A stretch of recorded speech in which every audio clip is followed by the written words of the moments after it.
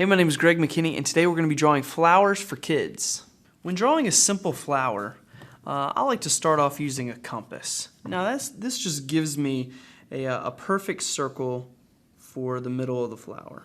Just kind of a basis of my drawing here. So there's just our middle of our flower.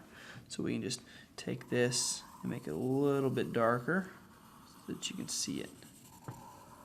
Alright, and then you just can start on your petals. You can start at the top and just make little oval shapes just like this. And another little oval shape like that. Keep them about the same size. Mine may vary just a little bit. And then one more here.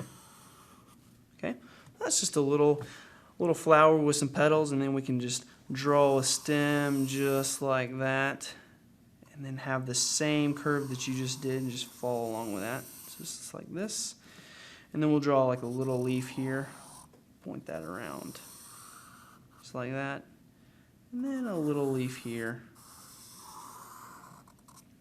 and there is a simple flower. Pretty easy to do.